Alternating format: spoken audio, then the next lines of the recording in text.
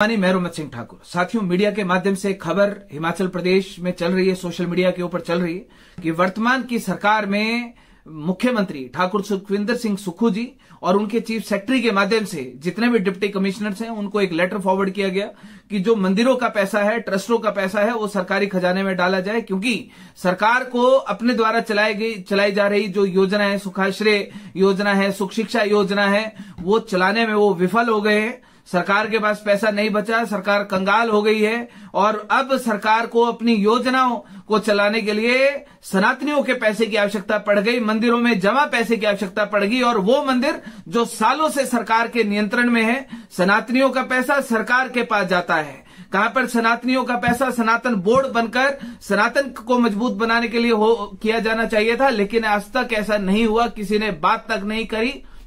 लेकिन आज स्थिति ये उत्पन्न हो गई कि वर्तमान मुख्यमंत्री को यह अपील करनी पड़ गई कि मंदिरों का पैसा सरकारी खजाने में डाला जाए, योजनाएं चलाने में परेशानी आ रही है, दिक्कत आ रही है। दूसरी तरफ पूर्व के मुख्यमंत्री ठाकुर जयराम जी की स्टेटमेंट को सुना मीडिया के माध्यम से, जो ये कह रहे हैं कि वर्तमान की जो सरकार है सनातन विरोधी है।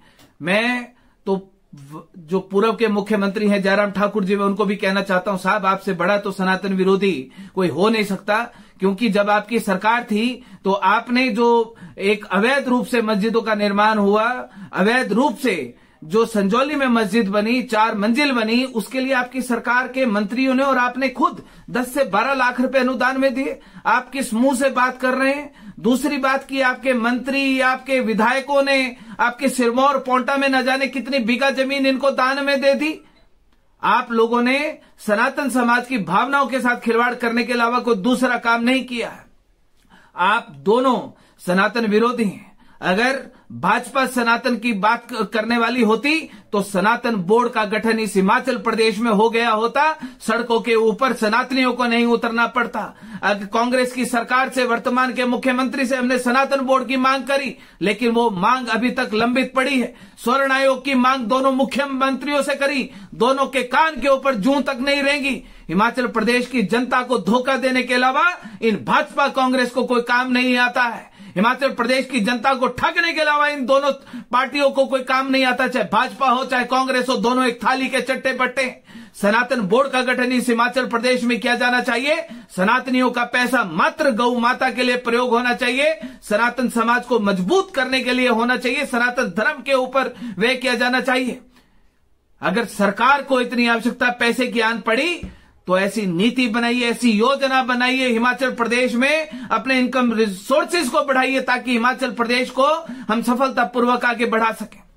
एक तरफ वर्तमान की सरकार बात करती है कि हम हिमाचल प्रदेश को कर्ज मुक्त करेंगे, 1 लाख करोड़ रुपए कर्जा होने वाला है। दूसरी तरफ कर्जा लेते लेते नहीं थक रही है। तीसरी तरफ मंदिरों में जमा पैसा भी मांगने के ऊपर आतुर हो गई।